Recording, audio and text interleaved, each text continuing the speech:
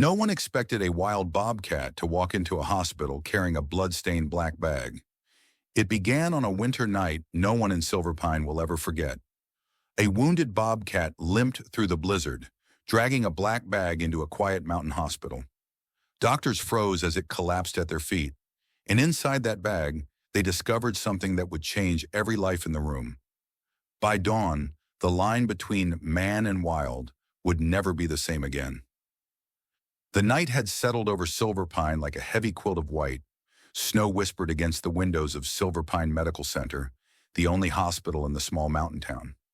Inside, the halls were quiet, just the hum of fluorescent bulbs and the distant rhythm of overnight heart monitors. Dr. Lauren Hayes rubbed her eyes as she filled out the last of the evening reports. The ER had been slow since sunset. She'd even started thinking about heating up the leftover soup waiting in the staff fridge. Then at 11:47 p.m., the automatic glass doors slid open with a hiss. Cold air rushed in, followed by silence. Lauren looked up, expecting to see a late-night patient. Instead, every person in the lobby froze. From the darkness outside, through the swirl of falling snow, came the unmistakable shape of an animal, a bobcat. It moved slowly, each step leaving a smear of red on the tile. Its fur was soaked and clumped with blood. The creature dragged something heavy behind it, a black bag, slick with ice and dirt, gripped tight in its jaws. "What in the world?" Jake Turner, the night security guard, whispered. The animal didn't snarl or lunge. It simply stood there under the harsh fluorescent light, trembling. Its golden eyes scanned the room, wild but strangely steady, almost searching. Blood streaked the floor as the animal staggered forward. The black bag scraped behind it with a faint metallic clink. The sound was oddly human, a noise that belonged in an operating room, not from the mouth of a wild creature. "It's hurt," Lauren said quietly. "Look at its leg." The animal's right hind limb was bent at an odd angle, blood soaking into the thick fur. But despite the injury, it refused to drop the bag. It crouched low and let out a sound none of them had ever heard from a wildcat before. A low, broken cry that echoed through the lobby like a call for help. Lauren took a cautious step closer. "Easy now," she murmured. "You're safe. Nobody's going to hurt you."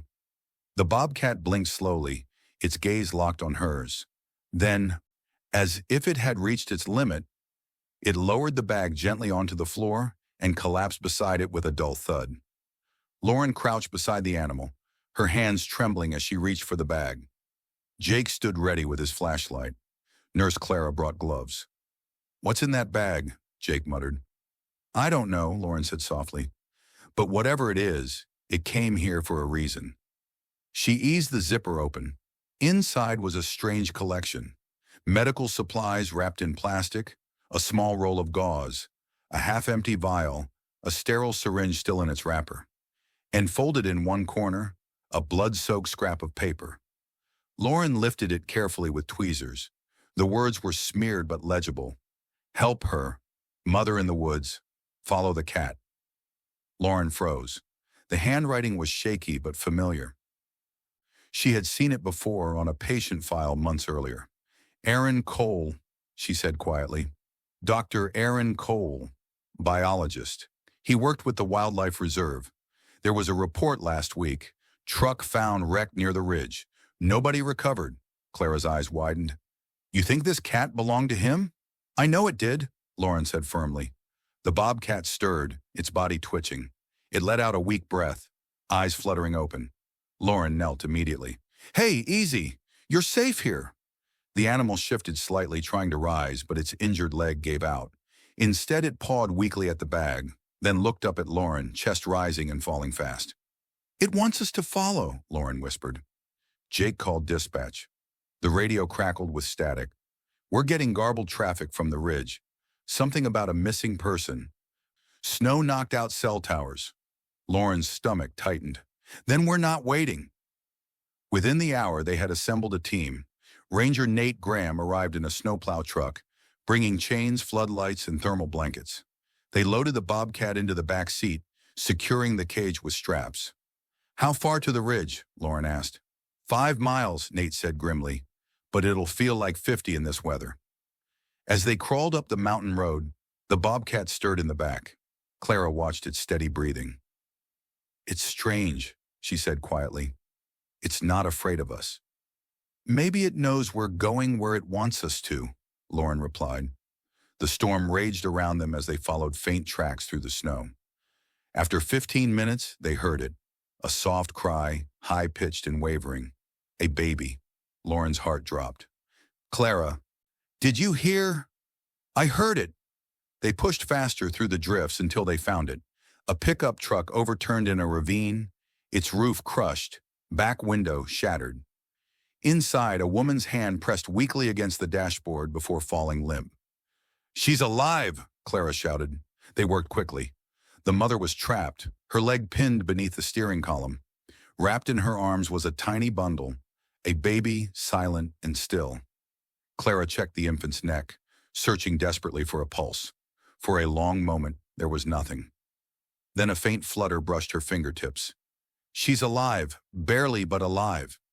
Behind them, through the roaring wind, came a distant sound, the unmistakable cry of the bobcat from the truck. Echoing through the storm as if calling out, "Hurry!" They stabilized the mother and baby as best they could, then carried them through the storm.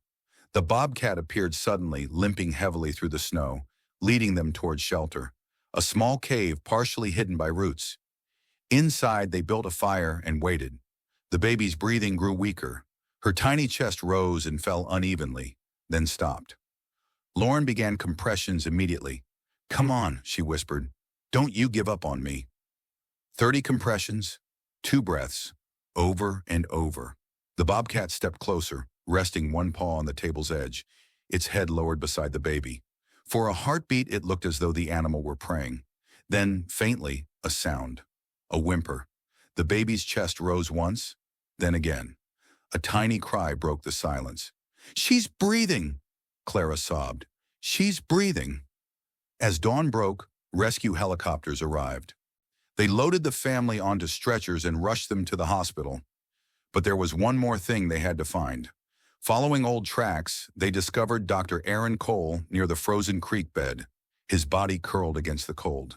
When Lauren checked his pulse, she found the faintest flutter. "He's alive," she gasped.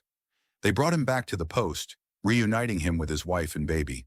As sirens grew louder in the distance, the bobcat, exhausted, injured, finally allowed itself to rest.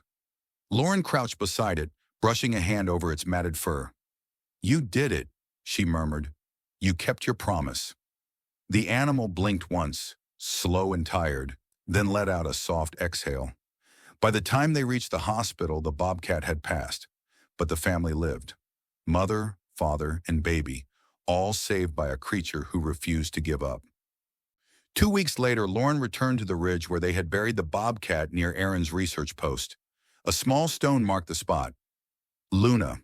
She led them home. As Lauren knelt beside the marker, movement caught her eye.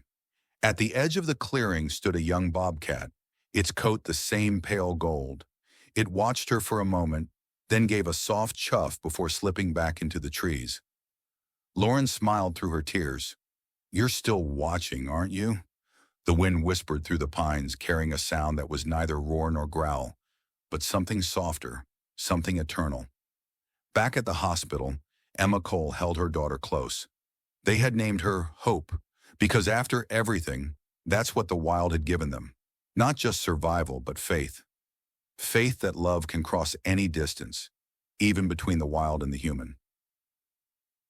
And somewhere in those mountains, under a canopy of stars, that faith lived on, carried by 4 paws and golden eyes, forever guiding lost souls home.